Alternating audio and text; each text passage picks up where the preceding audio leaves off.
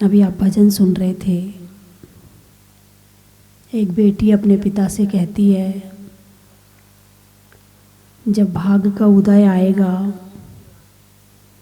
तो कोढ़ी पति भी कामदेव जैसा बन जाएगा। ये भाग्य क्या है? आप लोग भाग्य के लिए बहुत चर्चा करते हैं, बोलते हैं, मेरे भाग्य में ऐसा नहीं है, मेरा भाग्य ऐसा है। ये भाग्य क्या है? अरे बोलिए ना।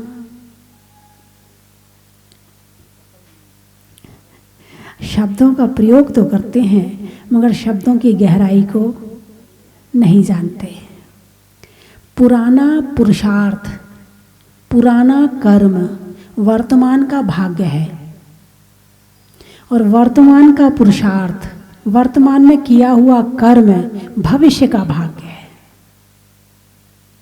अब तो समझ में आया ना कि पहले जो कर्म किए थे वो आज भाग्य बन के हमारे सामने आ रहे हैं, उसे हम भाग्य कहते हैं।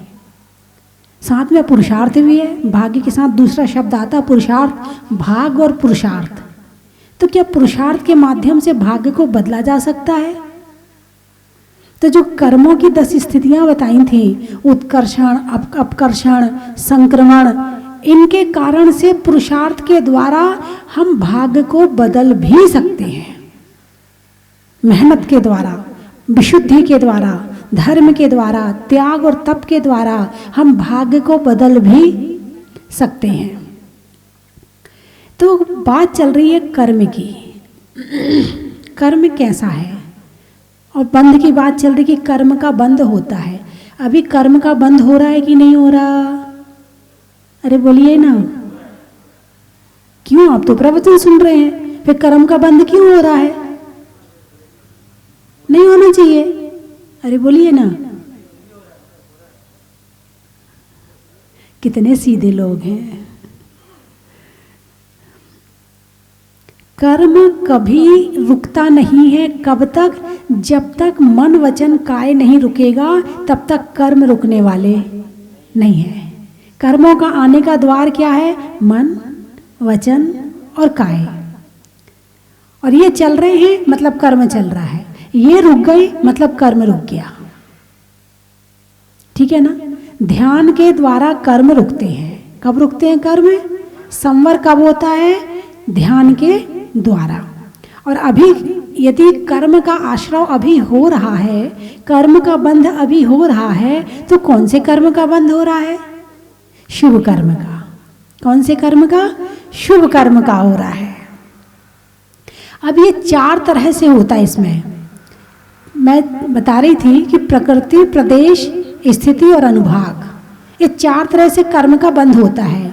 कर्म यदि आया है तो कौन सा वाला आया है? ज्ञान को ढकने वाला आया है कि दर्शन को ढकने वाला आया है कि मोह उत्पन्न करके क्रोध, मान, माया, लोभ कराने वाला आया है कि साता या असाता रूप कर्म कौन सा वाला आया है कि अंतराय डालने वाला कर्म आया है कि आयु बांधने वाला कर्म आया है कि शरीर की रचना करने वाला कर्म आया है। कौन से कर्म आया है? वो कर्म आया और बंद हुआ, उसको कहते हैं प्रकृति बंध। क्या कहते हैं उसे? प्रकृति बंध। यानी कौन से स्वभाव वाला आया है? 8 तरह के स्वभाव है ना, ज्ञानावरण, दर्शनावरण, वेदनी, मोहिनी, आयु, नाम, गोत्र और अंतराय। तो इसमें से आपने कौन सा वाला बंध किया है तो उसको कहते हैं प्रकृति बंध। प्रकृति यानी स्वभाव, प्रकृति यानी गुण, प्रकृति यानी नेचर। ठीक है ना? तो प्रकृति बंध। प्रदेश बंध, अब भाई जब भाव किए हैं तो भाव बंद हो गया, लेकिन जब द्रव्य बंद होगा तो उसमें पुद्गल परमाणु आएंगे। कौन से परमाणु? पुद्गल। पुद्गल तो जानते हो ना? अरे बोलिए ना। जिसमें पूरन और गलन, बनना और मिटना हमेशा होता रहे, उसको कहते हैं पुद्गल।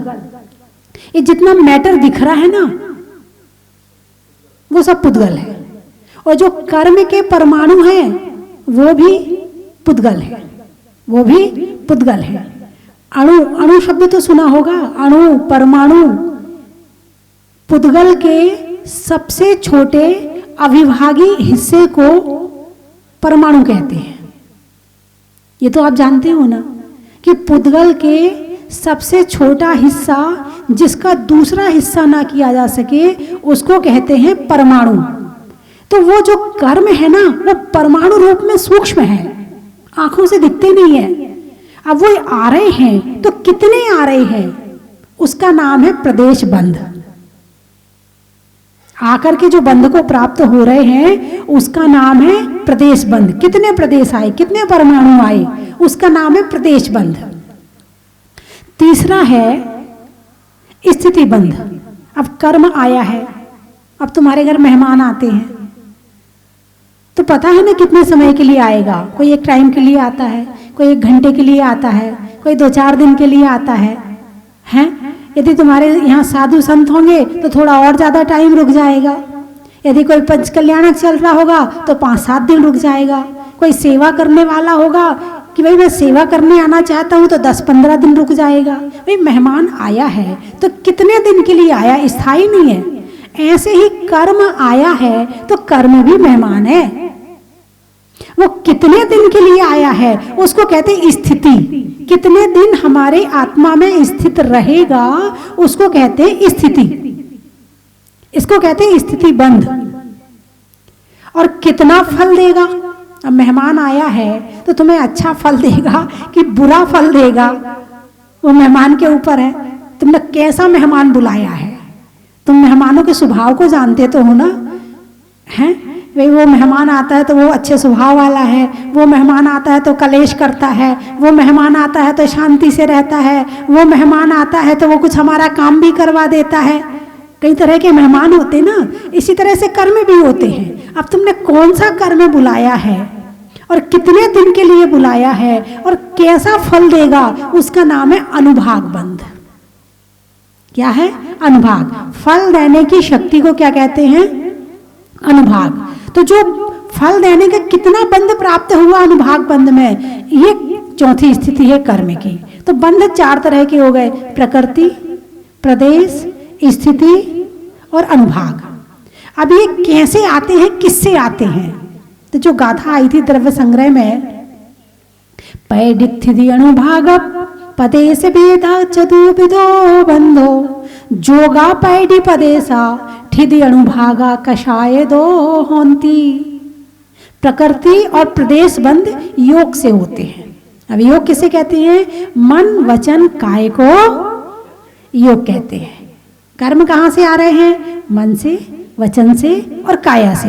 यदि हमारा हाथ भी हिल रहा है, यदि हमारी पलक भी झपक रही है, यदि हमारे अंदर मतलब कोई भी क्रिया चल रही है तो वो योग बन गई।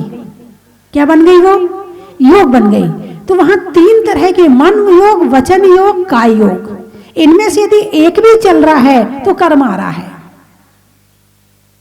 अब जैसे 13वें गुण स्थान में तीर्थंकर भगवान होते हैं, अब वहां उनका मनोयोग काम नहीं कर रहा है, उनका वचन योग भी काम नहीं कर रहा है, लेकिन काय योग में बैठे हैं तो कर्म आ रहा है। वो बंध को प्राप्त नहीं हो रहा है। क्यों? क्योंकि वहां कषाय नहीं है, इसलिए स्थिति नहीं पड़ेगी वहां पर बंध की। लेकिन कर्म आ तो रहा है क्योंकि काय योग अभी है। कहने का मतलब ये बताना चाहती हूं कि 13वें गुण स्थान में पहुंच के भगवान भी बन जाओ तो कर्म आना रुकता नहीं है। कर्म तो आता है, भले वो फल ना दे, जैसा आया वैसे ही चला जाए, लेकिन काय योग है तो कर्म तो आएगा। और यहाँ तो मन योग भी है, दिन भर बच बच बच बच करने वाला वचन योग भी है और दिन भर हिलने डुलने वाला काय योग भी है। एक क्षण को शांति से नहीं बैठते हैं। अभी प्रवचन में भी बैठे हो तो बड़ी अभी शांति से बैठे हो। यदि प्रवचन ना हो रहा हो और यहाँ आपको कहा जाए कि 1 घंटा बैठना है, अरे बोलिए ना, हैं? बैठोगे तो सही, इससे बात करोगे, उससे बात करोगे, उसको बुलाओगे और कोई नहीं होगा तो मोबाइल चलाओगे। इसमें मन योग भी चल रहा है और मन मन में तो वचन योग भी चल रहा है और काय योग भी चल रहा है, उंगलियां चल रही कुछ नहीं तो बैठे बैठे। तो यदि जब तक योग है तब तक कर्म का आश्रव है और कर्म का बंध है। प्रकृति बंध और प्रदेश बंध होता है योग से। कर्म कौन से स्वभाव का आया है? प्रकृति बंध। और कर्म के कितने पुद्गल परमाणु आए हैं? प्रदेश बंध। ठीक है, प्रदेश बंध कम हो ज्यादा हो इससे फर्क नहीं पड़ेगा। एक तरफ 1 किलो रुई रखी है और एक तरफ 1 किलो लोहे का बांट रखा है, दोनों के प्रदेशों में अंतर है नहीं है? रुई कितनी होगी और लोहे का बांट कितना होगा? इतना सा। और वजन कितना है? 1 किलो। और रुई कितनी है? इतनी सारी। अब किसी को रुई फेंक के मारो, अरे बोलिए ना, नहीं लगेगी। और किसी को लोहे का बाट फेंक के मारो, ये अनुभाग है। कर्म के कितने प्रदेश आए महत्व इस बात का नहीं है, उन प्रदेशों में अनुभाग फल देने की शक्ति कितनी है महत्व इस बात का है। बात समझ में आई कि नहीं आई? कर्म के प्रदेश ज्यादा भी आ गए कोई दिक्कत नहीं, रुई के समान है, कोई ज्यादा असर नहीं करने वाले हैं। लेकिन यदि कर्म के प्रदेश कम भी आए हैं और उसमें अनुभाग ज्यादा है, फल देने की शक्ति ज्यादा है, पूरी चोट दे के जाएगा, पूरी मार मार के जाएगा, ऐसे नहीं छोड़ने वाला है। तो योग से तो होता है प्रकृति बंध और प्रदेश बंध। यानी आप देख रहे हैं कर्म आ रहा है, लेकिन कैसे देख रहे हैं? देखने की क्रिया एक है। एक अपने बच्चे को भी देखते हो, एक दुश्मन को भी देखते हो, एक पड़ोसी को भी देखते हो, एक अपनी पत्नी को भी देखते हो, एक बहन को भी देखते हो, एक माँ को भी देखते हो। देखने की क्रिया तो एक है, लेकिन भावों में अंतर आ जाता है। तो फल देने की शक्ति किसमें आएगी? कैसे देख रहे हो इससे आएगी। फल देने की शक्ति किससे आएगी? कैसे देख रहे हो इससे आएगी। देखने की परमाणु आएंगे प्रदेश बंध, और फल देने की शक्ति आई कैसे देख रहे हो, कैसे सुन रहे हो। अभी सुन रहे हो आप, लेकिन कितने ध्यान से सुन रहे हो, वो अनुभाग बंध उसमें पड़ेगा। तो कर्म का आना, कर्म का बंद होना, कर्म का फल देना, ये सारी क्रिया शास्त्रों में बड़ी अच्छी तरह से लिखी हुई है। और समझने के बाद में कहीं ना कहीं अंतर तो पड़ता है।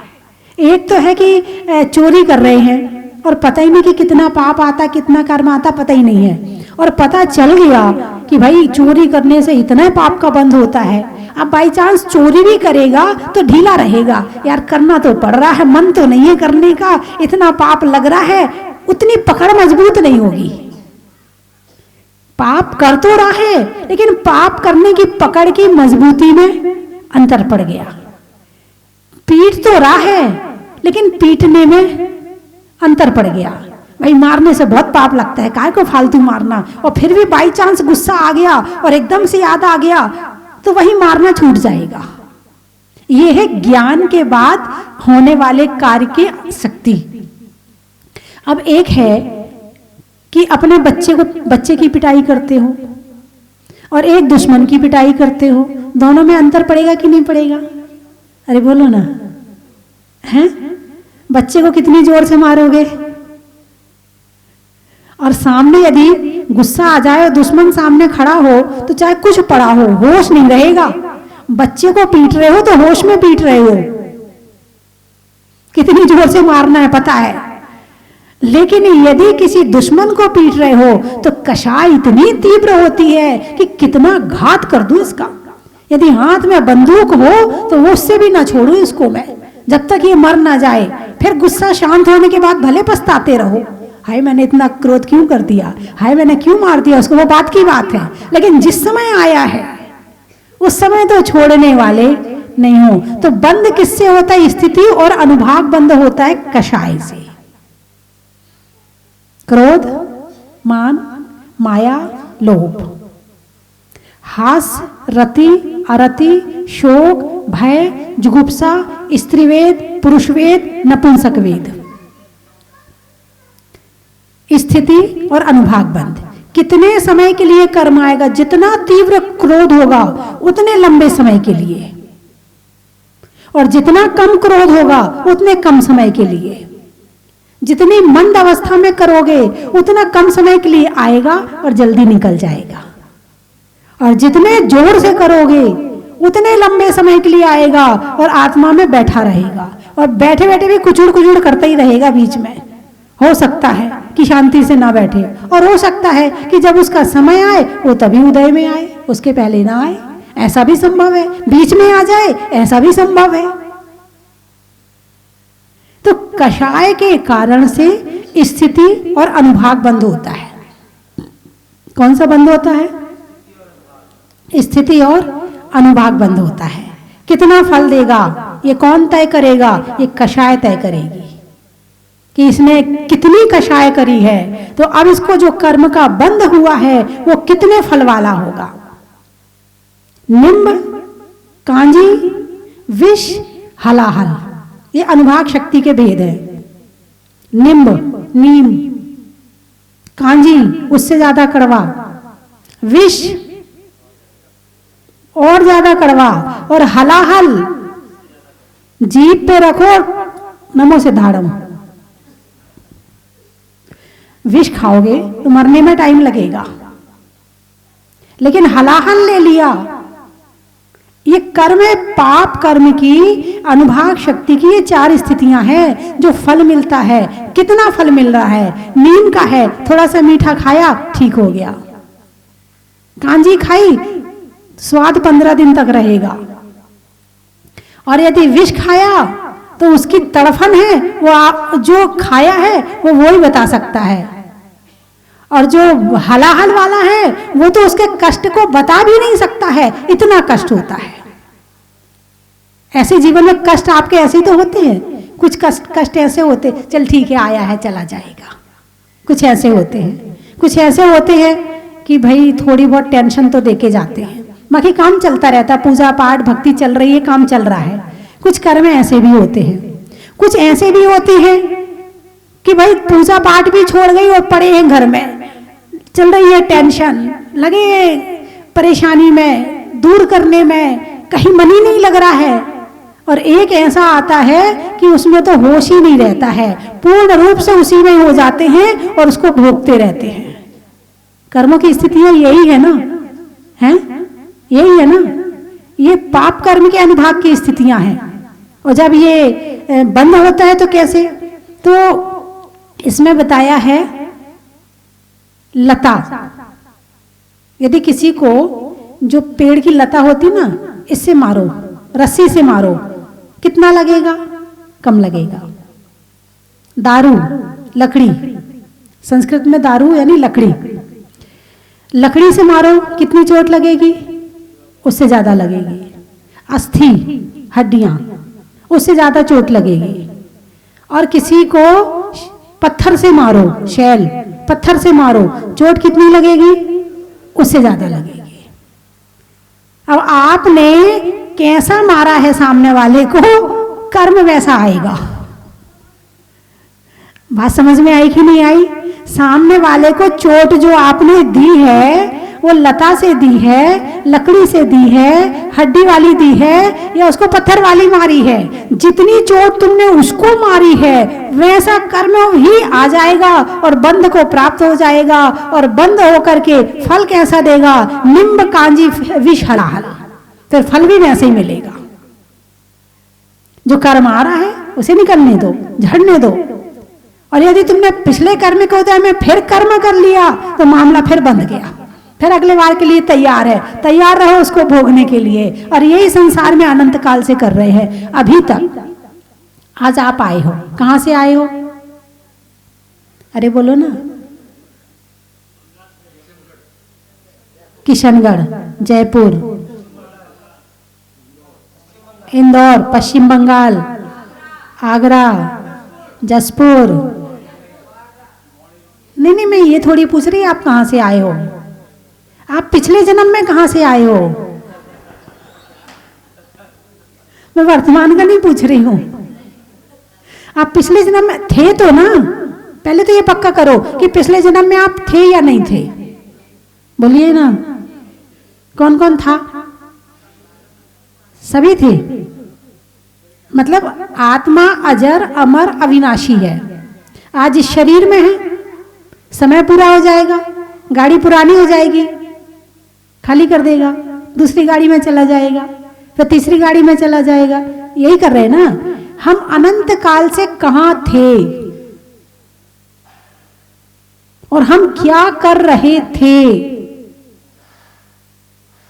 आप आज यहां बैठे हैं, इससे यह पता चलता है कि पिछले जन्म में भी अच्छी गति में थे और आपने कुछ अच्छा किया था, तो आप यहां अच्छी जगह बैठे हो।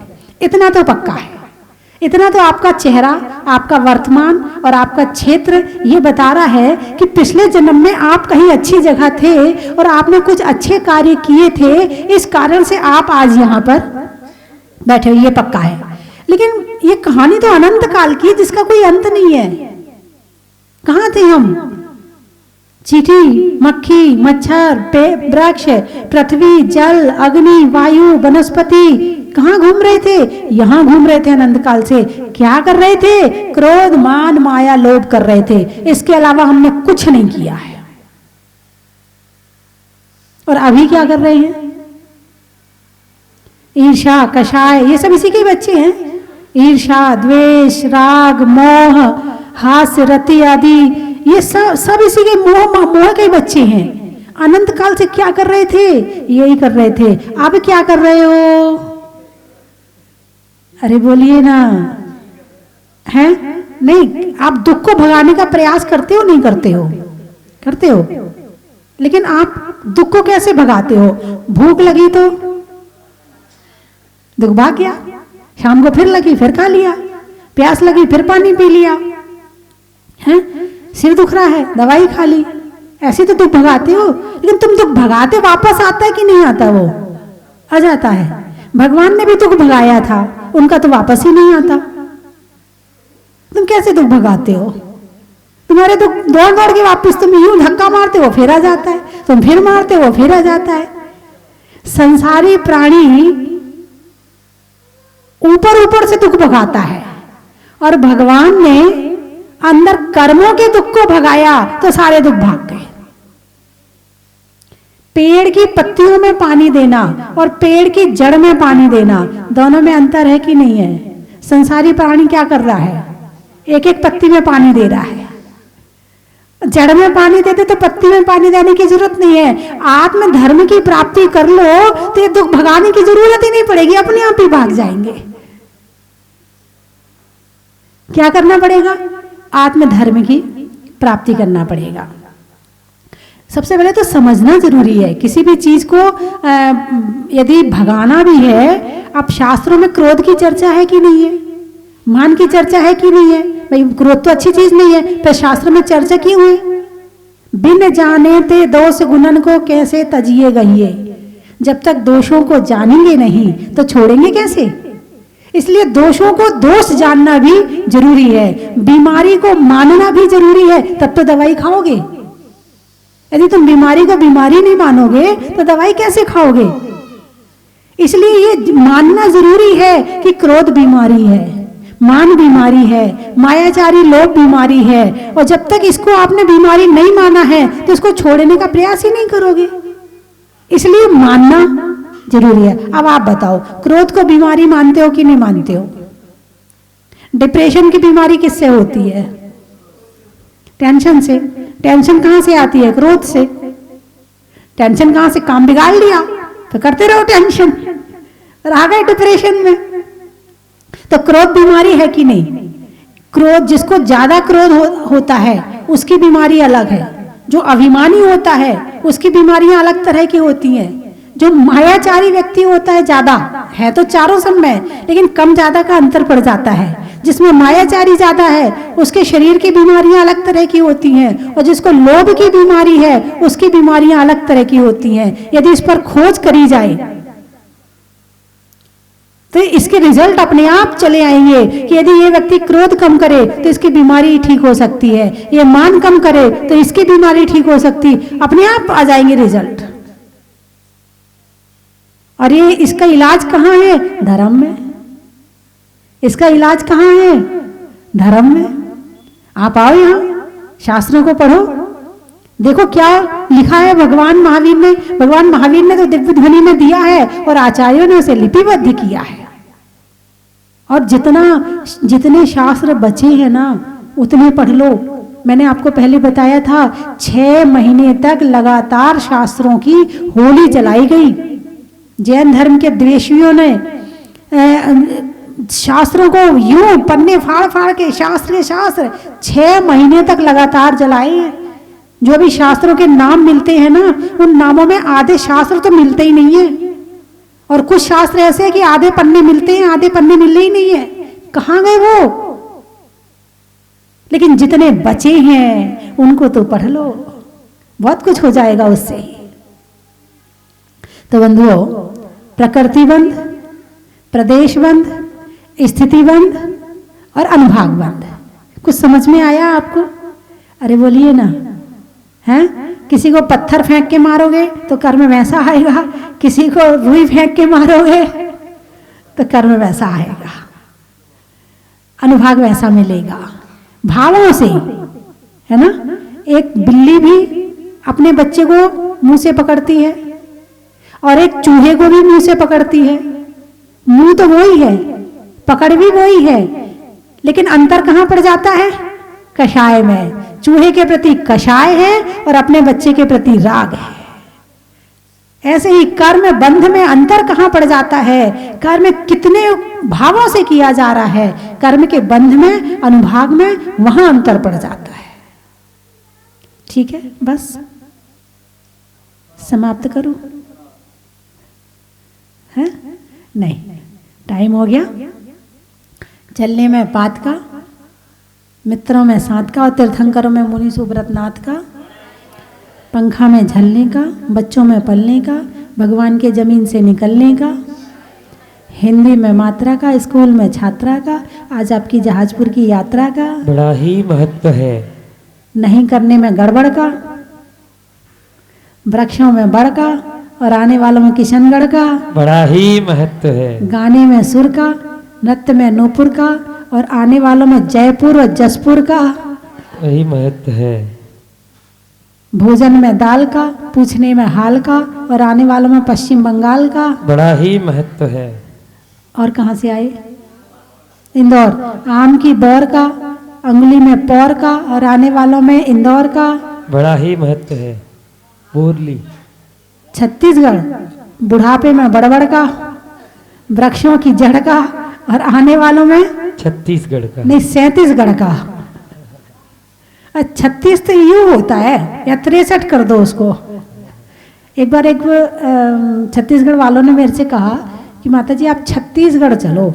मैंने कहा जब वो 37 हो जाएगा तब चलेंगे। चलिए, और कहाँ से आए हैं? मौली। बोली। अच्छा, बोली गांव है। कोयल की बोली का, शिखर जी में डोली का, पर्वों में होली का, फैलाने में झोली का, है पूरने में रंगोली का और आने वालों में बोली का बड़ा ही महत्व है। बांसवाड़ा। महिलाओं में कड़ा का, गर्मी में घड़ा का और आने वालों में बांसवाड़ा का बड़ा ही महत्व है। मुजफ्फरनगर। हाँ बोलो बोलो। मुझे आगरा। जीवन में जरा का, रंगों में हरा का और आने वालों में आगरा का बड़ा ही महत्व है। लोहारदा। घर में दादा का, करने में वादा का और आने वालों में लोहारदा का बड़ा ही महत्व है। पानी में मगर का, चलने में डगर का, आने वालों में मुजफ्फरनगर का बड़ा ही महत्व है। बेलदा है? बेलदा पश्चिम बंगाल। अच्छा, पश्चिम बंगाल का तो बोल दिया है, बेलदा का भी बोलूं? हाँ। है? हाँ। अच्छा। घर में दादा का और त्रियंचों में गधा का और आने वालों में बेलदा का बड़ा ही महत्व है। हो गए सारे। रामगढ़। वृक्षों में बड़ का, बड़ की जड़ का और आने वालों में रामगढ़ का बड़ा ही महत्व है। बोले 24 भगवान की